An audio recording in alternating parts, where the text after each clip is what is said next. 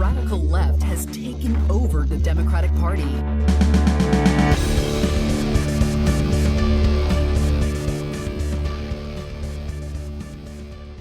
A quick note before we start the episode.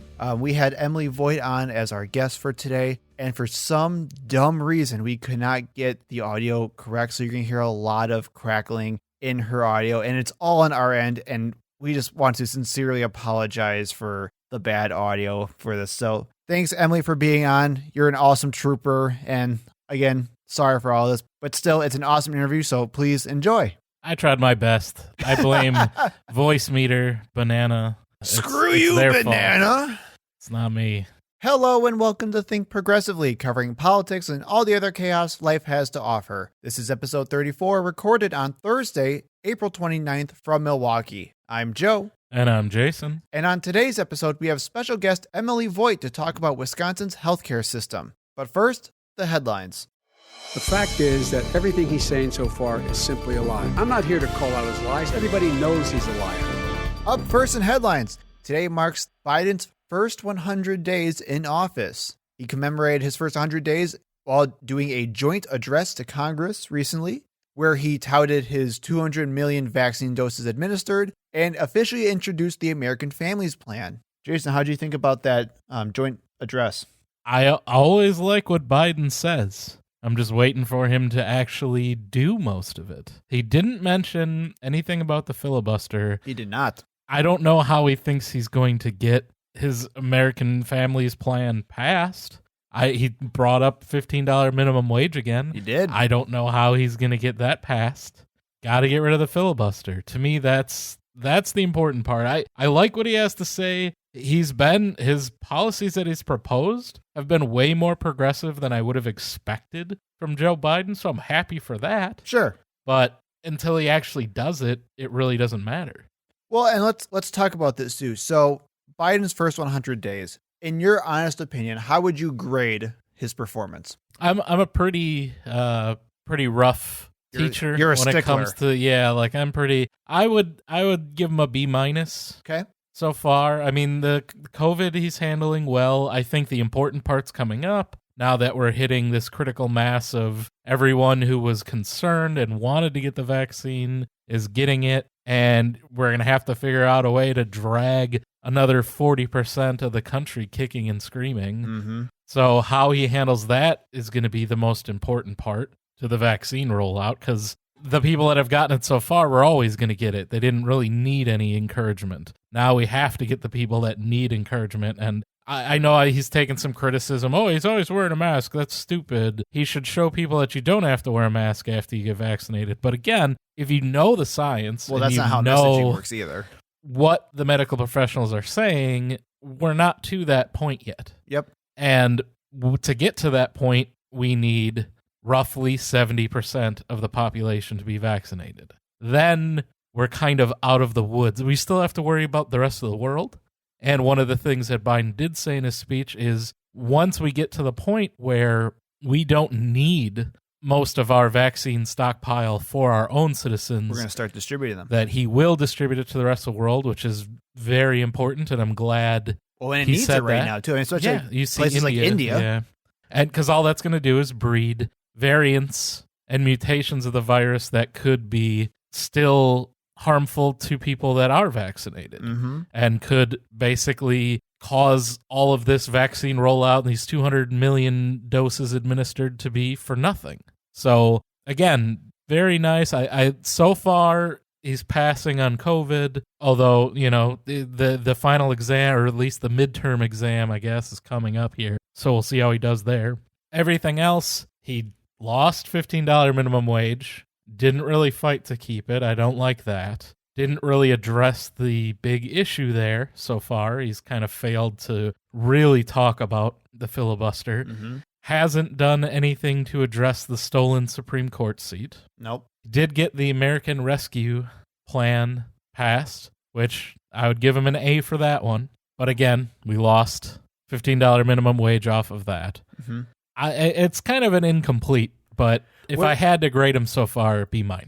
How much do you give weight to like the American Jobs Plan that we covered recently? I mean, it hasn't gone It hasn't through. passed. I mean, I'm not going to... So as of right now, it's just a proposal. Right. It really depends on what stays if and when it gets passed. Because it's nice to have proposals. Again, he proposed $15 minimum wage in the rescue plan. It didn't pass, so I can't give him credit for that. So it really is up to what actually stays in the bill when it gets through. So we talked about it in a previous episode, what we thought about the proposals. Mm-hmm. Good, maybe not as...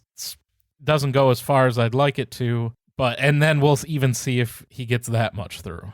And to me, that's the real test of a president, is how is he able to get people in line with what he wants? How is he able at bringing everybody on board? He was supposed to be the president of unity. And I'm not going to really dismiss him if it's truly like you're not going to get any Republican support. We've seen that already. Mm-hmm. But how is he going to get around that fact? Right. Did you see Tim Scott's rebuttal at all? I did not watch that. Okay. It was an absolute mess, at least in my opinion, where he tried blaming Biden for how COVID is right now. He tried praising Trump for anything good that happened with COVID. Well, Trump himself invented the vaccine.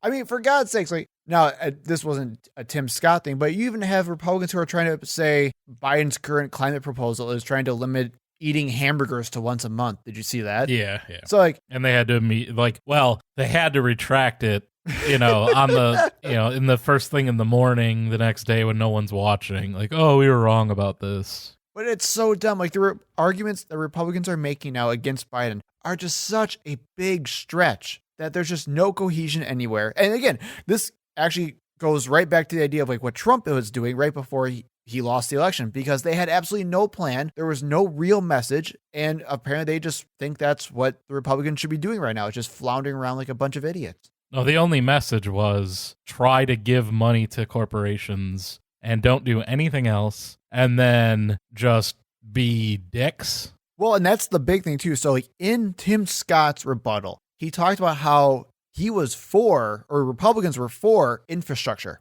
It's we're all for building infrastructure. We're all for fixing our infrastructure, man. But we don't want to tax corporations. And he literally, that's what he said in the rebuttal. So now you have Republicans saying, yes, we should get this infrastructure bill done, which was a great, win for Biden. But now saying, but we don't like the common people. We want the corporations to keep all their money. I mean, they were paid to give them that tax cut. They don't want to see it go away. Right.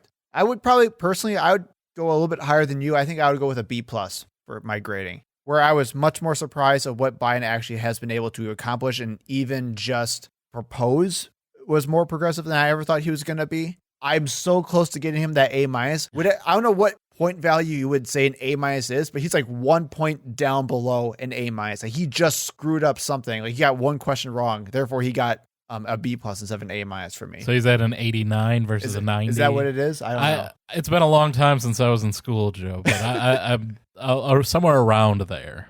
So, yeah, whatever it is, he just missed an A-. For our next story, we're going to run down some, let's say, less than intelligent people that feel the need to let everyone know that... they are stupid. Yeah, that they are less than intelligent. And we will start here in the state of Wisconsin with our own worst senator, Ron Johnson. What did he do this time? According to him, and I have written down here, Ron Johnson doesn't think, and then I kind of stopped it at that, because I'm pretty sure that's where it should end, but that everyone should get vaccinated.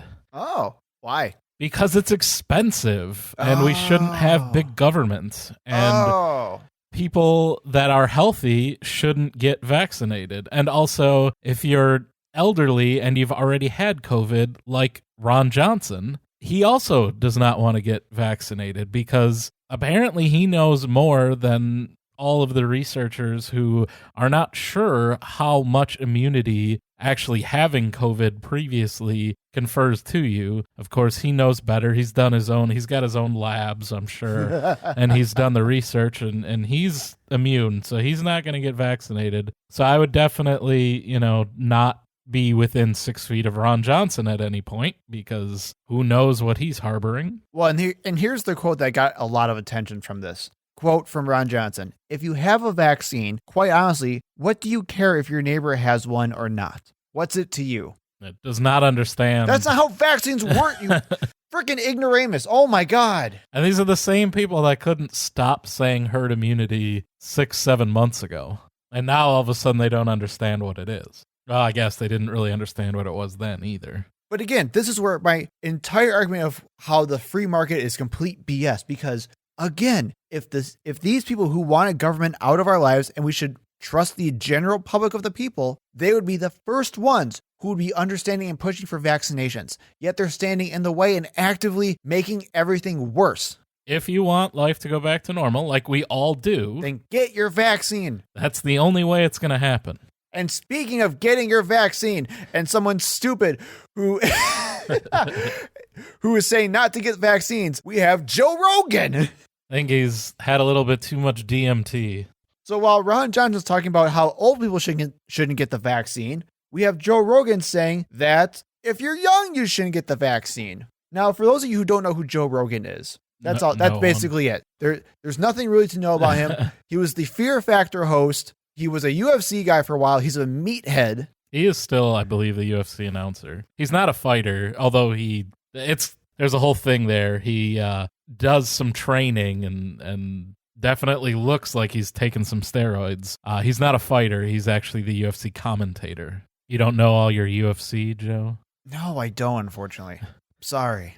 And also the biggest podcaster in the world. Yep, I was just got that huge Spotify deal, most popular podcast, Joe Rogan Experience. If you saw the clip of Elon Musk smoking a joint. Yeah, smoking a joint. That was on the Joe Rogan show. He also has Alex Jones. He's a big conspiracy guy. Well, I was just going to say this too, and he's a big perpetuator of conspiracy theories and right-wing talking points. Now, and he's not a right-wing commentator. He does describe himself as a liberal, kind of. I don't know what he considers going on in his head, but the idea that he wants to have an open dialogue, that he just brings on crazy people to talk about stuff all the time. And again, I want to reiterate, he is the biggest podcaster right now. Yeah, Ancient Aliens guy. He will push any conspiracy theory he comes into contact with. So let's talk about this guy's, this expert's attitude on vaccines. Quote, "I think you should get vaccinated if you're vulnerable. I think you should get vaccinated if you feel like my parents are vaccinated. I've encouraged a lot of people to get, and people say, do you think it's safe to get vaccinated? I've said, yeah, I think for the most part, it's safe to get vaccinated. I do. Still good. That's great." But he goes on, "But if you're like 21 years old and you say to me, should I get vaccinated? I'll go, no. Are you healthy? Are you a healthy person? Like, look, don't do anything stupid, but you should take care of yourself. You should. If you're a healthy person and you're exercising all the time and you're young and you're eating well, I don't think you need to worry about this." Don't listen to Joe Rogan, kids. Well, and they go on to even talk about how they're not going to use their kids for an experimental drug or vaccine treatment. It's not just an experiment. Oh my God. They know nothing about research trials. Nothing. And again, he's like, well, I told my parents that they should get vaccinated because obviously he cares about his parents being safe. If you want your parents to stay safe, then get your kids vaccinated. Everyone should get vaccinated because we need to eliminate COVID from the general population in order for everyone to truly be safe. And one of the biggest ways viruses spread is through our school system. So we need to make sure that when kids go to school, even in college, they need to be vaccinated. And exercising and diet has nothing to do with it. He said he's like, well, my immune system can handle it. Well, this is the Marjorie Taylor Greene defense. I can do crazy, stupid push-ups, therefore I'm great. I'm immune.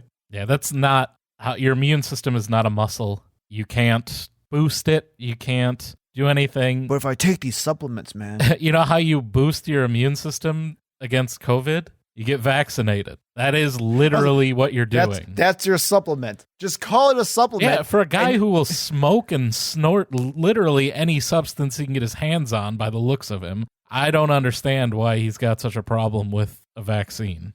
He tries to sell goofy supplements all the time on his channel. So he did walk this back after all the backlash. Get some Alpha Brain. Right. Don't take that vaccine, though. It's not safe. So, and he did say, quote, "I'm not a doctor and I'm not a respected source of information. I'm a moron." Oh, that's true. Dude, you have the biggest podcast in the entire country. For God's sakes, Jason and I are not experts. We're not medical experts by any means. We do not have any fancy degrees or anything. Or any degree in my case. Sure, So. but we at least know to fact check ourselves before we go on and just saying anything to the general public. And we have very few listeners. So imagine if someone who just didn't do any research at all and just said any stupid thing that came into their head to millions of people. It is my expert opinion that Joe Rogan is an idiot. Man, I just made myself upset because I just realized that's the exact thing what happened for Trump to become president. Oh, God, I hate stupid people. Well, we have one more. Oh, no. Is it vaccine related? It's not vaccine related. All right. Well, but it is definitely Google his last name, Rick Santorum, former Pennsylvania representative and senator. And CNN, like, moderate or something like that, too, sometimes. And again, Google his last name. He had some interesting comments in his recent talk to the conservative group, the Young America's Foundation. Okay. His quote was, "We came here and created a blank slate. We birthed a nation from nothing. I mean, there was nothing here. I mean, yes, we have Native Americans, but candidly, there isn't much Native American culture in American culture." Oh, my God. Which, I mean, yeah, because we tried to eliminate it and forced children into schools that would indoctrinate them away from their culture. And we, killed millions of Native Americans. Genocide. If you genocide somebody, they're not really going to be part of your culture anymore. There is so much going on in this quote. Oh, my God. Okay, first off, I want to ask. And I love the term, we birthed the nation. Like, well, right, that's a bad, like, that's a very bad homage. Yeah. But I want to know, how do you create a blank slate? Yeah. Wouldn't you come I mean, genocide, right? That is one way that you create a blank slate. Oh, Jesus. And for record, this was all based on the idea that we came from Judeo-Christian values. That was the whole point of this speech, or the point he was trying to make with this, where it's like, well, there was nothing really here. And then Native Americans were here, but they were, like brown and, not good. So we came here and gave them Jesus. He didn't say savages. I'll give him that. Man, he's like 2 degrees off. In his head, it was like, don't say savage, don't say savages. Man. But candidly, you know what he said? Candidly. Someone should have just yelled, don't say it, don't say it. There isn't much Native American culture in American culture, which, like, again, try as they might to erase it. We live in Wisconsin. We're in Waukesha County. Native American cultures, I drive a Jeep Cherokee. Well, and even then, we've been trying to do this, not like we as in just you and me, but like groups have been trying to have better relationships with Native Americans and indigenous people in this country for decades now. And at every step, again, people push back on those movements. Hey, try not to name your football team after a racial slur. How dare you do that to us? Hey, let's not memorialize the guy that came in and committed tons of genocide. We're keeping Christopher Columbus Day. What are you talking about? We're actively trying to suppress it today. So all 3 of those people suck. That's awful. I hate all that. Are there some good news? Can I have some good news? All right, I'll give you some good news. All right. This week, Wisconsin Attorney General Josh Kaul announced a statewide investigation into clergy abuse. Is that good? I mean, it's good that they're looking into it. It's not good that it happened a bunch. What's happening? What's going on with this story? What more clergy abuse is going on right now? It's not that there have been, I mean, I'm sure it's happening every day, to be honest, but it's not that an event happened to trigger this. Okay. What they're doing is trying to collect all of the statements, even from people that have contacted them previously.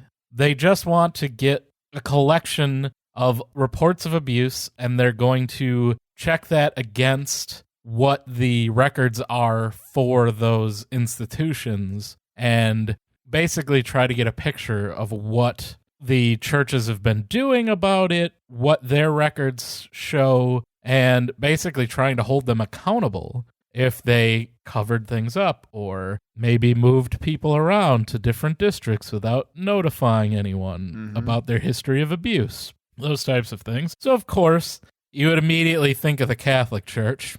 And they have a statement. All right. The Catholic Church does. Yes. Okay. In a prepared statement, Jerry Topzuski, I'm going to say. I'm half Polish and the names still elude me. Chief of Staff to the Archbishop of Milwaukee, said the church has concerns about the negative impact this could have on abuse survivors. Oh, really? Because the publicity has the potential to re-victimize individuals, unlike sending predator priests out into other areas that would also create victims. There is no evidence that the church as a whole and the Archdiocese of Milwaukee hasn't already taken all possible steps in addressing issues surrounding clergy sexual abuse. Okay, now I want to know, how is that even demonstrable? And I know a lot of people that would beg to differ with that. Well, right. Well, how do you say there's no evidence that we've taken all possible steps? What statement even is that? And it's very evident that you have taken steps to cover it up. And in fact, the person that was the Archbishop of Milwaukee is now a cardinal. And he definitely presided over one of the worst abuse scandals in American history that took place under his watch. And he got multiple promotions for it. We also do not understand the legal basis for the inquiry. Well, the legal basis is when you rape children, that's illegal. And you're going to get investigated for that. That would be the legal basis, the fact that it's illegal to do those things. So again, if you can, don't support the Catholic Church. Or any church, just to be safe. Sure. This investigation will cover all clergy abuse, and they even said if you have a non-denominational or secular abuse that you'd like to report, they will take your statement as well. Okay. If you have information about abuse, even if you've already reported the incident, you're encouraged to contact the Department of Justice at supportsurvivors.widoj.gov or by calling 1-877-222-2620. There is also the Survivors Network for those abused by priests, or SNAP, which we've worked with in the past, and I highly recommend them. And there is also another foundation called Nate's Mission, which is being run by Peter Isley, who we've worked with previously, and is also affiliated with SNAP as well. So contact the DOJ, contact one of those two groups for support, get the help you need, make sure that your abuser is held accountable, and that's about all you really can do. And stop giving your money to bad organizations. Now, Jason, this is some good news. I like this. What is that? According to the Associated Press, feds raid Giuliani's home office, escalating criminal probe. Rudolph Giuliani, you say? The man, the myth, the legend. I believe also one of his aides Giuliani does have AIDS, was raided as well. According to the AP, new search warrants were requested and executed over Giuliani's former ties to Ukraine, thus formally escalating these charges even further. They searched his Madison Avenue apartment and his Park Avenue office. It is very unusual for an attorney to have their home and office raided. If you remember, that we're kind of getting that same storyline with Michael Cohen, another of Trump's lawyers. This is the second Trump lawyer that has had their office raided. Only the best people. I only work with the best. And they generally need pretty high authorization in the Justice Department in order to execute a search warrant on an attorney because of the sensitive nature of a lot of the documents that they're going to have. So this is not something that's generally done lightly, and it signals that they think they probably have enough to charge him with, but not guaranteed. Yeah, we'll see. Giuliani's I'm just happy it happened. Very well connected, obviously. And unsurprisingly, Giuliani is not very happy with this whole thing. In a statement issued from his lawyer, Giuliani accused federal authorities of a, quote, corrupt double standard and running roughshod over the constitutional rights of anyone involved in or legally defending former President Donald J. Trump. There was probably so much black liquid dripping off of his face. Just sweating profusely. Just We expect a press conference in front of a nearby landscaping company at any moment. Yeah, I'm sure they'll give him a good deal. Well, let's move to our final headline tonight. Do we have to? And I swear I put this in as a joke yesterday. Just to poke fun at Joe, who is a Packer fan. I'm a Vikings fan, even though I was born and raised in Wisconsin. I said, how many quarterbacks are the Packers going to take in the first round of the draft tonight? Just as a joke, the last year they traded up and drafted Jordan Love, which started a huge thing, seeing as how, the one thing they didn't need was a quarterback. Mm-hmm. Looks like they might need to take another one this year. Oh. You don't want to talk about this story? That Aaron Rodgers said that he doesn't want to play for the Packers anymore, according to multiple sources? Yeah, according to Adam Schefter of ESPN, Rodgers says he's so disgruntled with the Packers leadership that he wants to leave the team, and I'm fine. He's pretty much going to have to retire, right? Or sit out for a year because they can't trade him. They don't have a cap space. Yeah, I mean, honestly, I don't think anything's going to happen. I think you're going to see a lot of this blow over.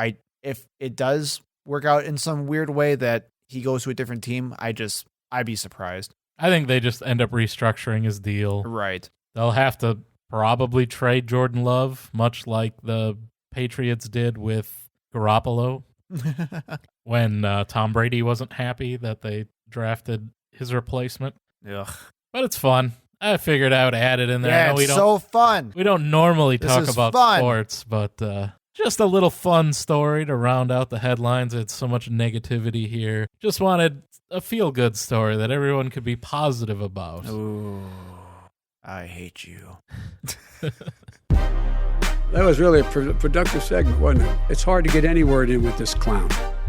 Our special guest is an educator, an activist, and former candidate for Wisconsin State Assembly. Being a mother, she primarily ran on fixing and expanding Badger Care, Wisconsin's healthcare system, which is precisely the topic we're going to talk about today. So please welcome to the show, Emily Voight. Emily, how are you? I'm doing great. How are you? Good. I'm so glad you were able to come onto the show and talk to us about this.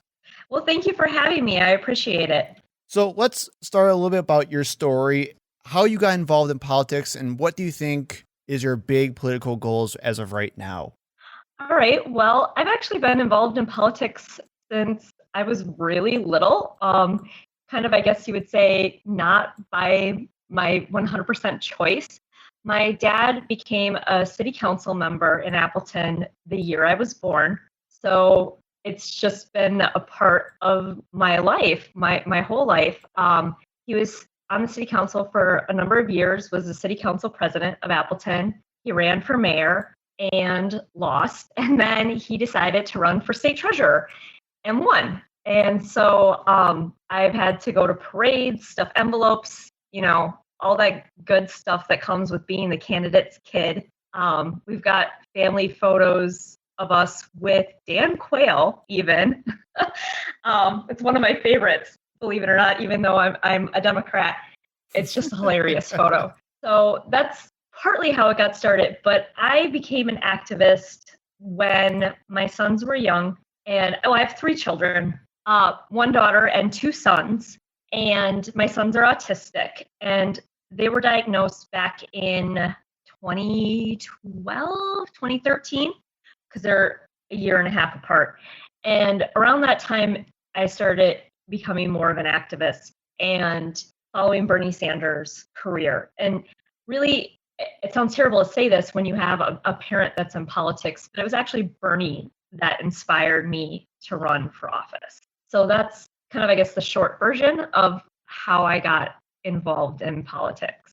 Well, and I remember reading on your website, too, a little bit about your story about how you were trying to interact with your current state rep at the time, and just the countless fruitless efforts just basically ticked you off so much that you decided to run for yourself. So can you tell us a little bit about that and how that frustrating exchange propelled you into running for office? Yes. Well, that was actually, what year was that? It was actually 2017. I was in school still full-time getting my teaching degree. And my youngest son we were told he was no longer going to qualify for his autism therapy. And I was like, well, this can't be right. He's mostly nonverbal, and I knew he still needed therapy. There was no way that he should be kicked off of it. So people told me, well, contact your state representative, Ron Tussler. So I did, and we set up a time to meet. And I talked to him in person. I told him about my son's story, about how I get Badger Care, how I'm in college getting my second bachelor's degree in education, and I don't have the ability to have a full-time job right now with benefits, etc.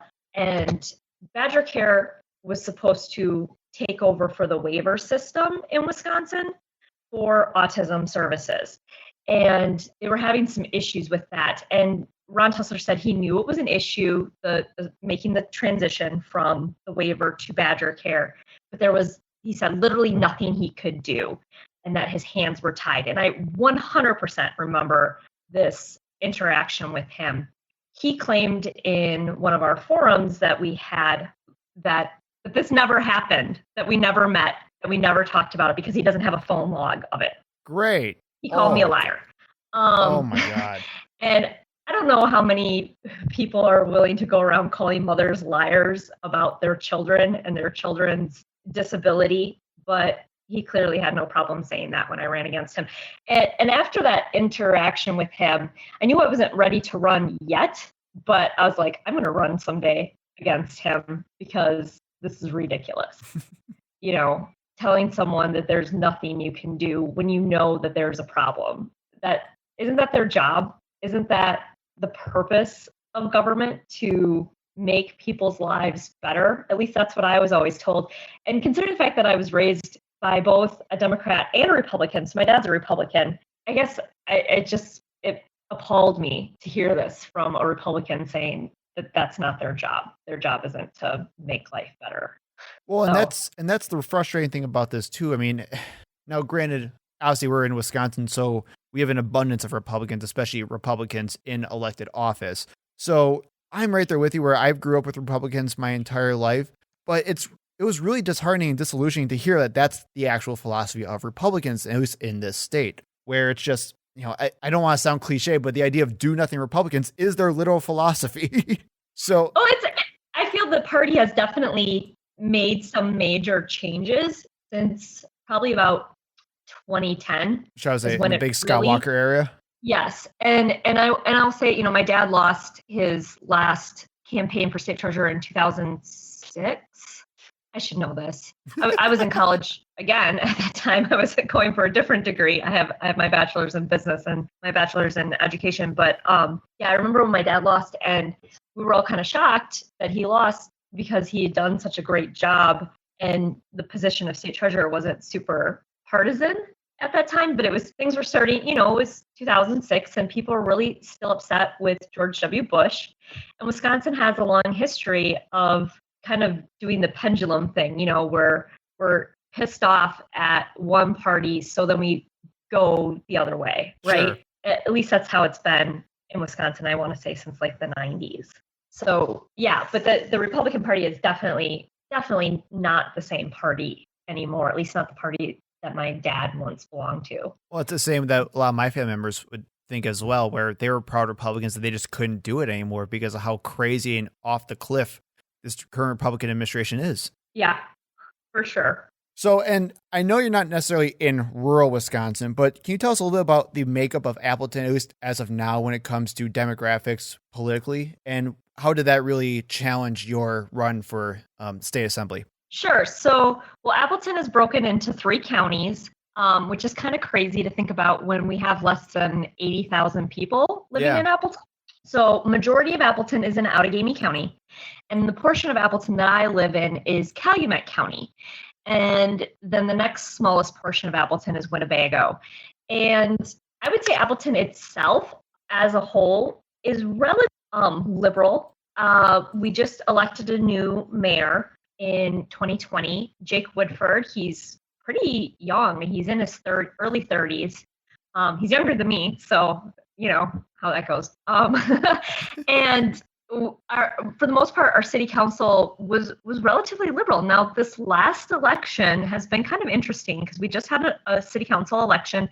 It was, I want to say, the odd number districts that were, because city council in Appleton people are up for their term every 2 years. And we did see a number of more right-leaning people get elected. So I'm kind of surprised. It did not go as well as I was hoping, but what are you going to do? One woman, she won by only 2 votes. Oh, wow. And we actually just had a resolution come up in Appleton on the city council of an anti-Asian hate resolution. Oh, sure, yeah. No bills, no laws, no ordinances, nothing like that. And it got referred back to committee, and it's become like a major issue. And I was at the committee meeting last night, and luckily it passed the committee. But so many people came to speak in favor of the resolution as it was worded. But some of the people that these newly elected conservatives were the ones pushing to change the verbiage of the resolution because they didn't like what was all in it. And overwhelmingly, Appleton has, someone quoted last night saying that we have like 7% of our population is AAPI, majority being the Hmong community. And they were overwhelmingly in favor of this resolution to go forward as worded. It like I said, it did pass the committee, and now it's going to go back to the full city council, and I'm pretty sure it's going to pass. But I think we've got like at least 3 to 4 conservatives now on the city council, and I think they're going to try to make things more difficult, I guess. And so, but I mean, there's 15 city council representatives, so they're outnumbered by quite a bit. But gotta do what they are gonna do. And but for the most part, I've lived in Appleton my entire life. I grew up in Outagamie County, but my whole adult life pretty much has been in Calumet County. Okay. So it's interesting. It's very interesting to live in Appleton and not live in Outagamie County, because so many people don't even realize that they live in Calumet County. And I'm on the Calumet County board. I was elected to my board seat in 2020, and I ran unopposed. The former incumbent resigned back in November of 2019. I sit, on the Calumet County board, and it's very different than the Outagamie County board. And so Calumet County is very rural. Very rural. In fact, the biggest population within Calumet County is, if not Appleton residents, it's Harrison. But I want to say Appleton has more residents in Calumet County than any city, village, town, whatever you want to call the municipalities that are within Calumet County. So, do you face a lot of hostility for being a progressive in a more rural county? Well, the Calumet County conservatives sure hate me. Okay. They as soon as I decided to run for assembly and challenge Ron Tussler, they put out a big Facebook post like, she's an avowed progressive, and look at her with Bernie Sanders. She has her picture with Bernie Sanders, and she loves AOC, and it was kind of funny. It was evil socialist. Yes, actually they did. They called me a socialist, which is just hilarious, because it's like, all right, well, I'm gonna just slide into the skid, whatever you want to call it, the curve. And I decided to get a shirt from AOC, and I took a picture of it, and I'm like, here you go. Why don't you do this next time? Well, and even like when we were talking to Jessica Katzenmeier a couple weeks ago, they were trying to do the same exact thing with her, calling her an evil socialist, her radical socialist agenda. I'm like, good Lord, you kidding me right now? I mean, so at this point, it's just a buzzword, and it means absolutely nothing at this point. For sure. But now, like, speaking of social, let's dive into this stuff. So let's dive into the actual Badger Care expansion. So sure. This socialism that we're talking about. Right, the actual socialism that, it's going to save a lot of lives. So recently, Governor Tony Evers proposed his 2021 to 2023 budget. And in it was a very large expansion to Badger Care. And a lot of the rationale was due to the fact that we could have saved, I think it was over $2.5 billion if we expanded Medicaid through the ACA back when the ACA was initially passed. Well, of course, we didn't take it because were run by GOP jerks. So they just decided to say, nope, screw our state. We're going to not take any of that money because we're way too fine on our own. So he wants to try to take advantage of that again, this time by seeking to expand coverage to over 90,900 people in Wisconsin. What are your thoughts on if you've seen any of this budget proposal and the controversies around it? And how do you think this is looking for the future of Wisconsin? Well, I hate to be a Debbie Downer, but until we get fair maps, it's not going to happen. The Republicans have 100% said this is a non-starter.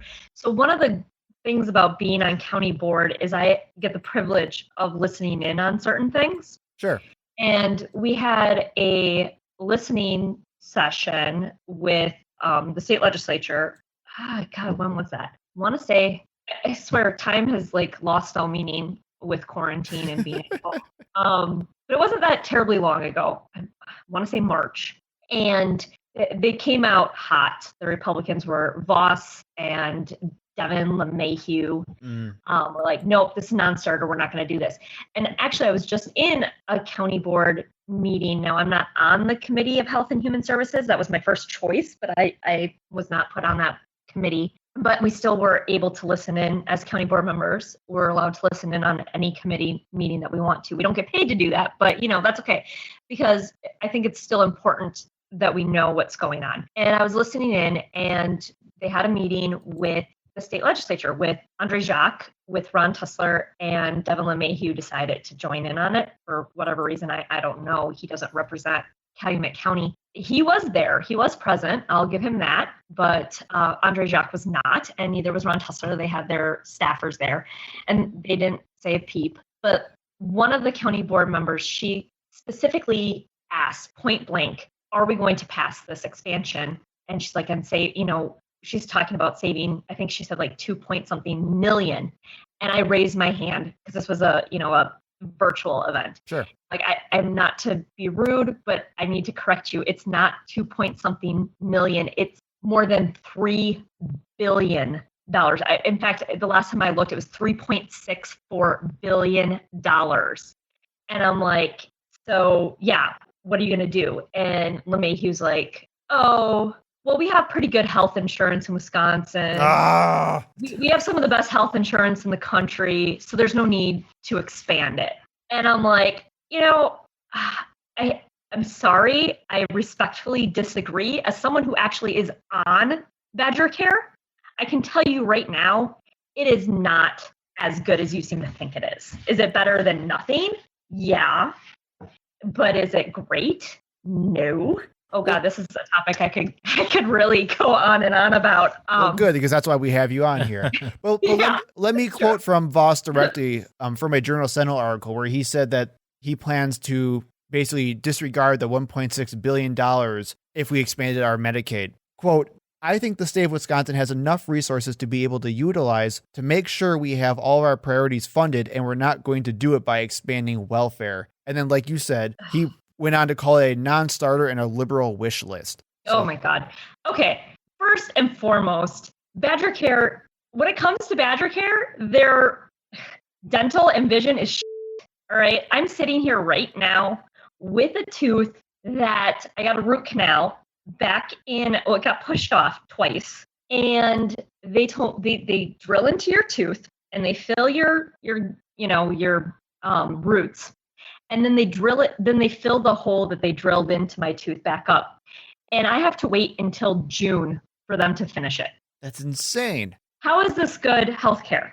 And I was saying, let me point of order for here too, where Evers' budget proposal will expand dental access for Wisconsinites. So I want to make that very clear for everyone too. So when we're talking about dental access right now, the idea is to expand this in the budget that GOP is currently rejecting. So sorry to interrupt. Yeah, and if they want to go to the free clinic and have Marquette students remove their teeth, because that's happened to me, and then they, screw up because they're Marquette students, I get it, they got to learn, but let's use poor people as guinea pigs for tooth extractions and have them accidentally screw up and take out chunks of your jawbone. Right. Sure. Let's do it. Let's give this Badger Care to all the people that are on the state assembly and the state legislature. Well, it also just frustrates me the amount of resentment, and again, this is nothing new for anyone in Wisconsin, but the amount of resentment that the GOP has for people on the supposed welfare state. You know, they keep pushing the welfare myth. They keep pushing the idea that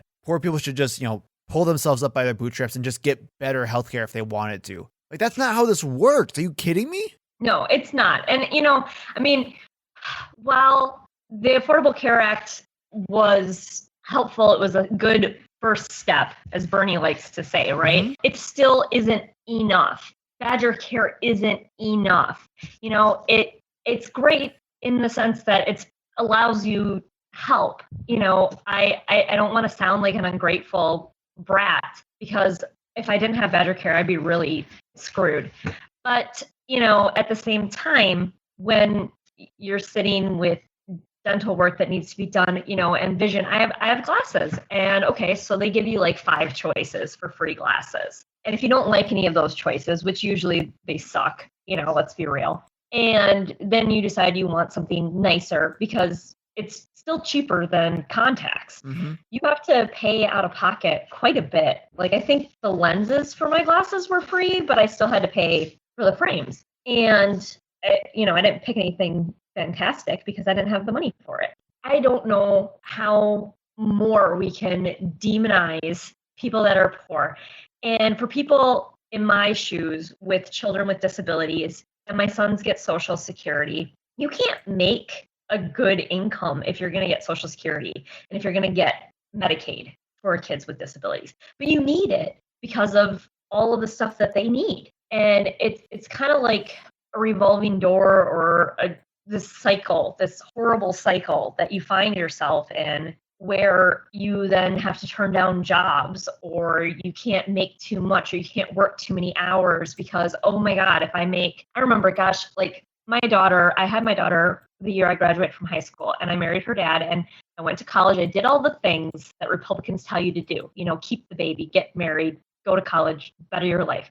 And while I was in college the first time, we found out that I made 100, that combined, my husband and I at the time, he's no longer my husband, but at that time we combined made $100 a year too much for Badger Care, and they were going to kick us off if one of us, and let's be real, it was me, didn't cut back on their hours. So I had to do that. So it's a negative incentive. You're trying to work hard. You're trying to better your life. I was working part-time. He was working a full-time job. I was in school full-time, and we had a kid.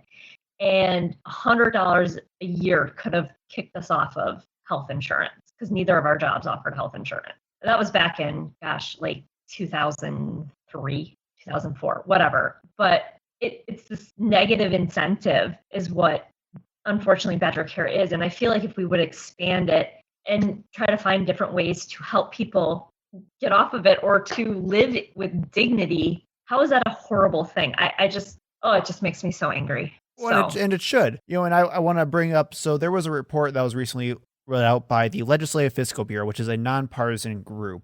And they talked about what would happen in Wisconsin if they accepted Biden's COVID relief bill stimulus. And that's where you'll hear a lot about the $1.6 billion up for stake over the next 2 years that Wisconsin could save if they accept these funds. But on top of that, like you just said too, is that it'll also help with the eligibility for Badger Care, where if they accept these federal funds, we'll actually increase our threshold by 138% for people who can now become eligible for Medicaid, which is fantastic. Like, we should do that. We should expand people to get those benefits while also making a decent wage at the same time, where you shouldn't have to make the decision of, well, do I just take less hours of a job that I need more hours in versus getting healthcare for my family? So I think expanding would be the best idea possible, but we're just not convincing enough people to do so. And I don't get it, because when I was running, and now I'm going to probably forget the names of all the states that took the Medicaid expansion, but there were some really conservative states. I believe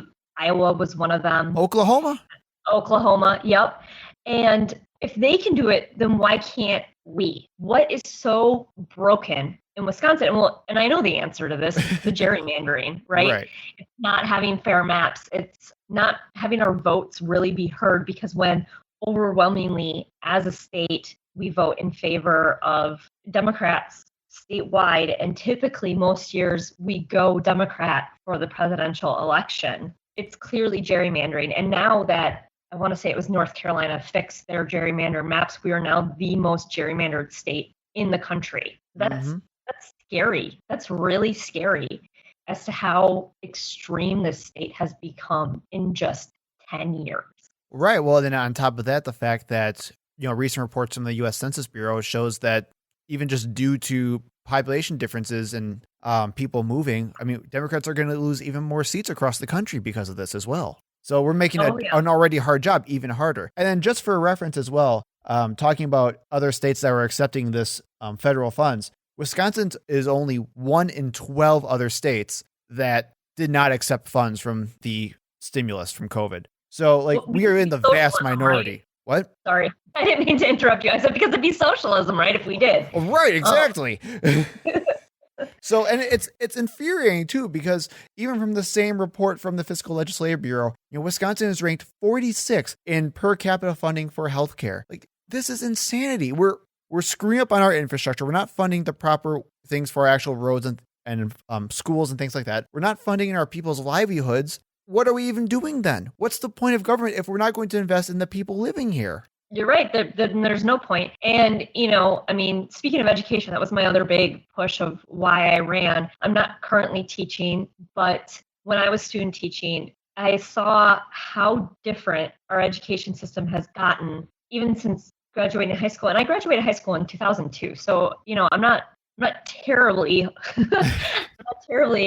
out of the loop. And my mom's a teacher. So, and then going to school for teaching myself and then student teaching and seeing all of that and the lack of funds and attention that we're putting into our education, we're going to lose people in Wisconsin. Enough teachers have actually, since that was the other thing I was really passionate about was the reversal of Act 10. Mm-hmm. So many people, the number of teachers that go through the teaching program has gotten much smaller. I had a horrible licensure program while I was in the process of getting my degree. And they since have changed that. So that's good. Hopefully we see some new changes. But I really would like to see Act 10 reversed and have us put more money into public education. But I was just listening in on, I'm a part of a group in Appleton. It's called Fox City Education Advocate. And we had a speaker the other day. Was it just Tuesday?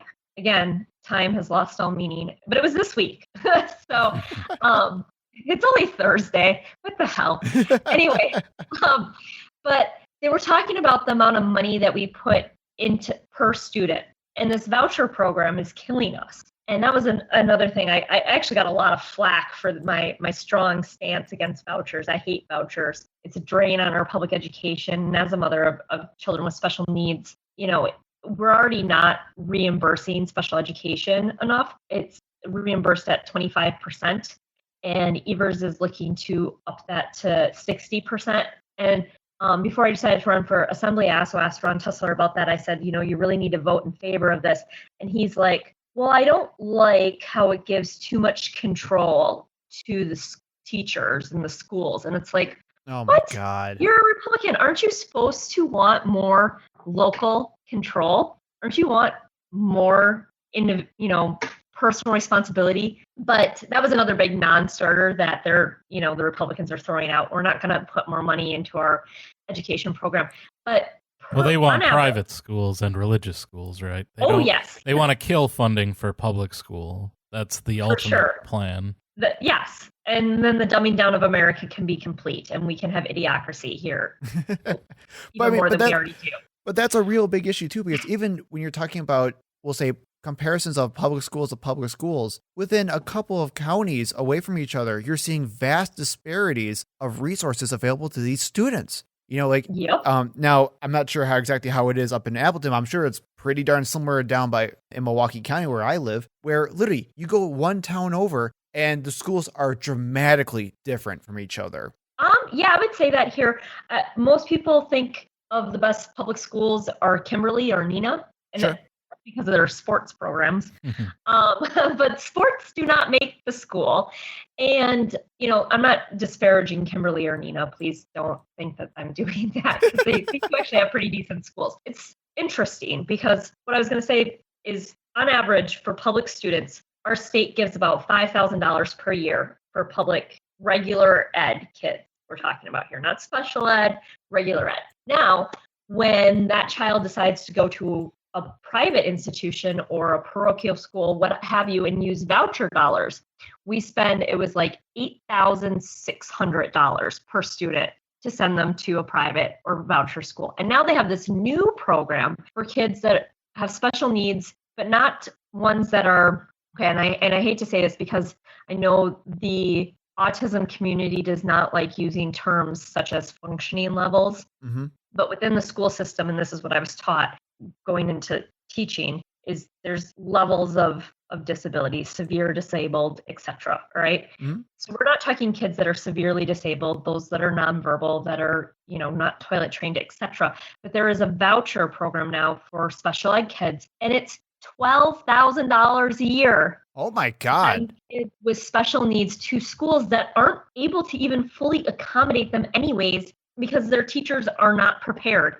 And this is why I was just so irate, because it's, like I said, it's pulling money out from public schools. It's hurting my children, my kids that need special education, and their teachers the programs aren't being reimbursed at even remotely. And that's another thing too with Badger Care. Okay. So why I found out they didn't want my son to they wanted my son to no longer get autism services through Badger Care, is these autism providers are saying Badger Care isn't reimbursing them at a rate that they're able to break even or make a profit on. So they're no longer accepting kids with Badger Care. That was the issue in 2017. They gave us a month's notice that they were ending his therapy.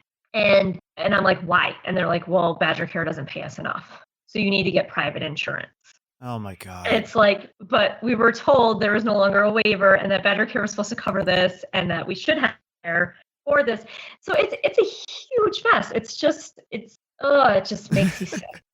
So now, again, I'm not expecting anything super insane. I'm not going to say, how would you solve the entire Medicare debate? But if you had, we'll say, decision-making powers, no GOP at your disposal, what do you think Wisconsin should be doing, at least to move the healthcare problems we have right now forward?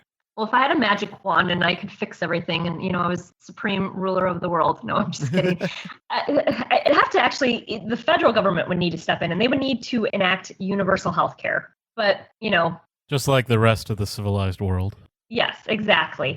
But unfortunately, there's the Republicans, there's gridlock, that's not going to happen anytime soon. But I feel like expanding Badger Care, sadly, it's not even doing everything that it could do. And Medicaid still sucks. All right. But it'd be nice to just have some progress, just throwing people a small little bone. I don't know. We just need universal health care, period. That's it. That's my answer, is we need universal health care, and we needed it 10, 20, 30 years ago. Well, so then let me ask you, and that's a perfect segue going into more of the national healthcare debate. So obviously you already said that you liked Bernie Sanders. I'm assuming you supported him. I'm not going to speak for you though. But oh yeah, I did. Okay. So I love Bernie. He was like when I got to meet him, I got my picture taken with him, and then he replaced my fiance on my phone. So how do you feel about Biden's performance on healthcare so far? And do you think that his approach is decent, good, or is it still not nearly enough in what we need to be doing in this country? That's so hard, because that is a hard question. I'm not going to lie. He's still he's just 100 days in as of today. Mm-hmm. Yeah. So I want to give him the benefit of the doubt. He was not my first choice. He was not my second choice. He was not even my third choice. But I did vote for him because he was better than Trump. So I'm trying not to be that person, that's like, we need to, at the same time, if Bernie were president, he would have addressed this within the first 100 days. And I'm cautiously optimistic that maybe it'll get better. Okay. But I do know that during, that was a big thing during the debates, that Biden wasn't for universal health care. And I like using the term universal health care better than Medicare for all. And I know this can be a sticking point, especially with some of my progressive friends. They get mad at me that I don't want to say Medicare for all. But Medicare isn't that great. Medicaid isn't that great. We need universal health care, and we need to change the narrative because the Republicans keep making these talking points. And I think a lot of people might have a bad opinion of Medicare anyway, just because exactly your usual idea is like, oh, it's only for older people. It doesn't really cover that much. I think that's the more common thought. So when you say Medicare for all, right away, people say, well, no, because a lot of doctors don't take Medicare patients, all the other issues. Whereas if we didn't have private insurance and the billions and billions of dollars that they make off of the medical industry to begin with, you would be able to have a much more robust healthcare system and pay a lot less for it, like the rest of the world. And we're the only country that pays twice as much and gets half the healthcare out of it because we have the private insurance industry that makes huge profits in the middle there. What I would say to that, though, Jason, is even though right, you're close enough. Even though I totally agree with both of what you're saying, I will say that when you look at opinion polls, Medicare for all does generally poll very well as a term. Now, when you look at Medicare for all and like as far as policies go, when that's asked, like, would you want to raise taxes to pay for these things? That's where Medicare for all usually drops off. But as far as branding itself goes, Medicare for all as a term usually is pretty popular. However, I totally agree with what you're saying, Emily, because there is still baggage to be dealt with when it comes to like associations with Medicare. True. Yeah. I mean, one way or the other, it doesn't really matter as long as we get. Just give me my freaking healthcare. Yes, exactly. Thank you. Like, please don't make me sit here for months with a tooth that needs to be finished. Right. It's root canal, because that's what it comes down to, is what is it going to do to help people. But again, that's that. If you want to get to the root cause of why I ran for office, is to help people. It's why I wanted to become a teacher. It's not about money, because I would have made if I was in the state assembly. But even then, like, some people go into politics for the wrong reasons. And it really needs to be about helping people. And that's what getting either Medicare for all or universal health care, whatever the heck you want to call it. This is what we need. This is what we deserve. And the Republicans love to say, oh, we're the greatest country in the world. Okay. My liberal education has told me, no, we're not. That means you hate America. How dare you? Yeah. No, I don't hate America, but I have been to other countries. And, I've seen, and I think education is the key in all of this. When people are more educated, when they know better, they do better, right? It's really just that simple. So it's all tied together. And I just don't understand why this is so hard, why this has to be so hard. What is it about helping people that discuss Republicans and these Republicans? And I hate to paint them all with a broad brush, because my dad is my favorite Republican. I've always voted for him. He may not be involved in politics anymore, so I don't like saying that kind of stuff because it makes me sound like I don't care for my father or him. But he's not the same. The Republican Party isn't the same as, like I said before, as it used to be. So. Well, I don't hate every Republican. I don't. Well, and now you don't have to tell us too much detail about your personal life, but out of curiosity now, like, I'm sure you've had discussions about this with your Republican dad. So, like, how does your dad feel about your positions and just your overall political viewpoints on stuff like this? Well, we don't always see eye to eye, obviously, but he's told me before that he's very proud of me for standing up and wanting to do something and wanting to make a difference. And he's happy. He has said, I'll make you a Republican someday. And I'm like, Dad, I get more liberal the older I get. So good luck with that. No kidding. If that day is 1862, then sure. But, I think overall, he did have a role in me wanting to get involved in politics. And while Bernie may have been the thing that lit the fire in me to actually run, seeing my dad and knowing that it's possible for people like us to be in politics where we're not extremely wealthy. We're not millionaires. We're not anything like that. And you're able to run and you're able to do what you can to help others. That's a huge thing. So I will give them some credit for love of politics and my love of debate and all of that. So awesome. The more regular people we can get in politics, the better. Honestly. Right. I was just going to say that too. When we talk about healthcare, my favorite/least favorite Republican talking point is always, "Oh, people love their insurance." Like, have you ever been? Have you ever not been rich? I mean, regular people hate their insurance. My insurance is terrible. I still have to pay thousands of dollars when I go to the doctor for anything. Oh, for sure. And that's on top of paying thousands and thousands of dollars a year in insurance premiums. Exactly. Like when my first job out of college, I was working for J.J. Keller. It's a company around here in Neenah. And it was at the time my husband, my daughter, and me. And I don't remember how much my premium was every month. There was, it was a couple $100 at least. I think I want to say I paid probably maybe $400 a month for insurance. And then we had our deductible and our co-pays. And, it wasn't terrible, but I'd rather have more money taken out in taxes and have everyone get covered and get quality health care. And actually, I'm trying to remember exactly what it was, but if you haven't ever read Bernie's books, you should. And he talks about how it actually would save us money for universal health care. Trillions. Quite a lot. And because our employers wouldn't have to pay half of it, it would also save them Which money. is one of the biggest pro-capitalist small business arguments you could make. Ah! Yep, pretty much. So,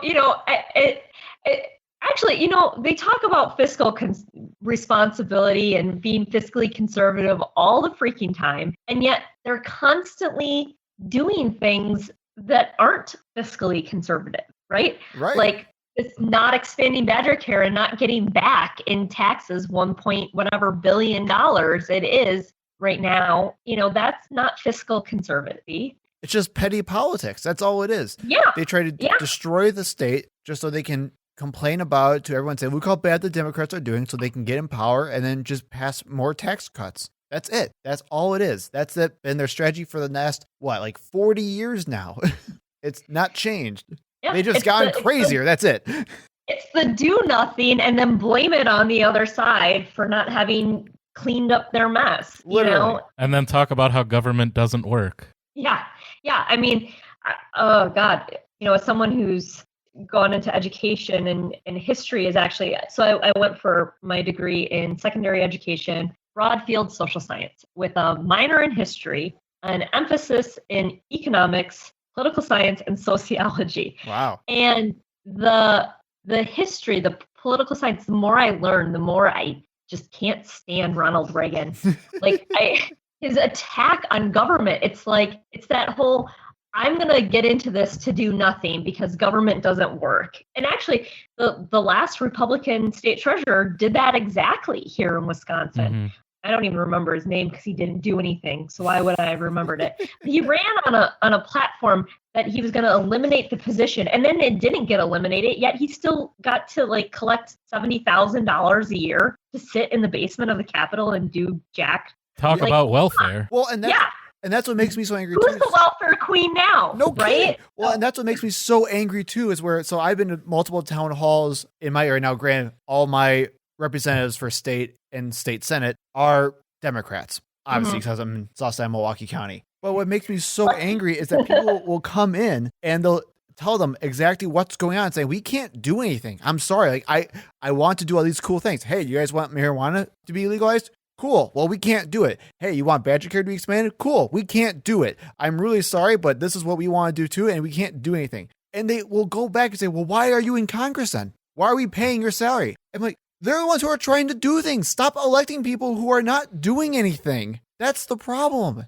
So it frustrates me that Democrats are getting hit, like Jason said, with this whole attack of government not working because Republicans are choosing to break the system. Well, that's why we need fair maps. Now, this was an interesting thing with the forum. So I wasn't able to do an actual debate with Ron Tussler. I really wish I could have. Oh, that'd been cool.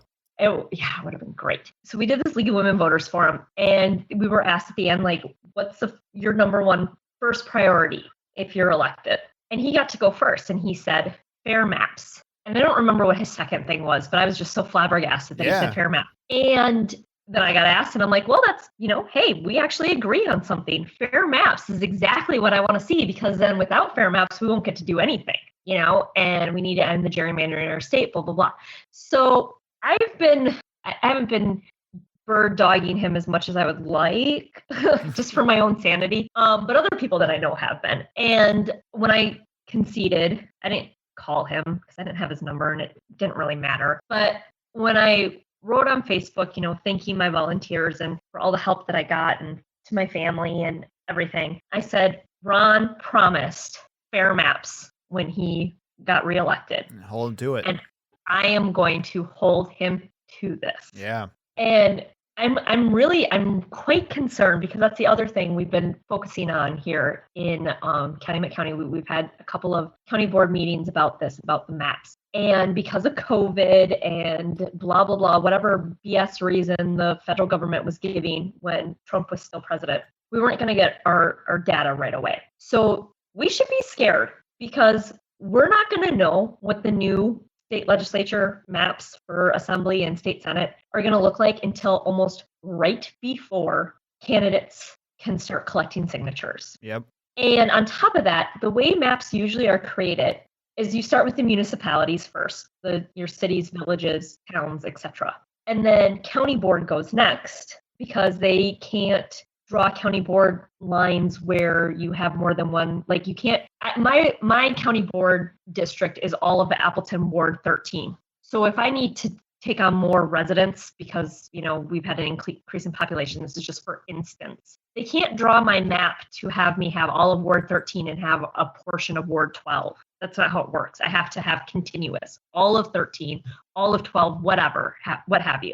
So we're going to be doing it ass backwards, and the city is going to go last, Oof. the county in the middle, and the state legislature first. Ooh. And this is not how it's supposed to be. But there's an actual law in place about when the legislature has to have these maps in place. But there is no law in place about when county boards. So now we've discussed, as not just our county, but all of the Wisconsin counties. So there's the Wisconsin Counties Association. And by the way, the Wisconsin Counties Association is overwhelmingly in favor of Evers' budget, because we still have to provide all these services to people, whether we have the funding for it or not. Very true. We are the extension of the state legislature. People don't give county boards enough credit. They really need to be paying more attention to us, by the way. But anyways, so we might not change our map for the counties until after the election. So we may be using the old maps in 2022. Ugh. Oh, God. For counties. And I have no idea how this is going to impact. And the Republicans, they've hired this lawyer. They've got these maps that they're going to put forth. And Evers isn't probably going to sign on. Go with him. Yeah, he's probably going to veto it. So what does this mean? How are people supposed to decide to run? Like, I've been thinking about running again. In fact, actually, when I conceded, I said, I'm going to do this again. I'm going to run again. But the question is what district am I going to be in? Right. Who am I going to be running against? It's possible, because Ron Tussler doesn't live like insanely close to me or anything. He's, out in Harrison and I'm in Appleton. I could be drawn into the Republicans could be so pissed off at me that they might be like, we're not going to draw her. We're going to draw her out of Ron's district. This makes it very hard for the Democrats, if they're not the incumbent, to run. Oh, Lordy. So we're in for a huge shit show. I'm sorry, I've been swearing too much. No, it's okay, because the feelings are real, and that's what I care about. Good. All right. Well, I also just realized that we are actually way over time. So, geez. I apologize. Fun. Yeah, I seriously apologize for that. But if anyone wants to find you online, where can they go? I guess I still have my Facebook page for my campaign for Assembly District 3, Emily Voight. I still have my website, emilyvoight.org. I have my personal Facebook, but I wouldn't recommend friending that way. I'm on Twitter still. I'm not as active as I used to be, because I've got kids and I have a life, and county board does pick up some of my time. but I'm watching and I'm learning and I'm excited to run again. So I'll be there. Good. I'll be running for something, and I definitely will be running for re-election for my county board seat. Good. So for all of our listeners, please check out Emily's stuff online. Again, she is an awesome person to follow. I follow her on Facebook as well. I don't follow on Twitter because I don't use Twitter. I apologize. But as far as everything else, please go and support her. Do what you can and seriously, do everything she just said. Check out the Wisconsin Fair Maps Coalition because we need fair maps before anything can happen. And also write your legislators to make sure we get our damn health care. So yes, please do. Thank you. And use those words too, because dang it, Bernie says damn all the time. right. So, but seriously, Emily, thank you so much. I really appreciate it. And I would love to have you back on sometime in the future. Thank you. I would love to be on again. All right. We can talk more about education. Perfect. Thank you so much. Thank you. Thank you for listening. We hope to see you in the next episode. You can find us on Facebook and Twitter at ThinkProPod. You can email us at thinkpropod@gmail.com. And remember, when in doubt, think progressively.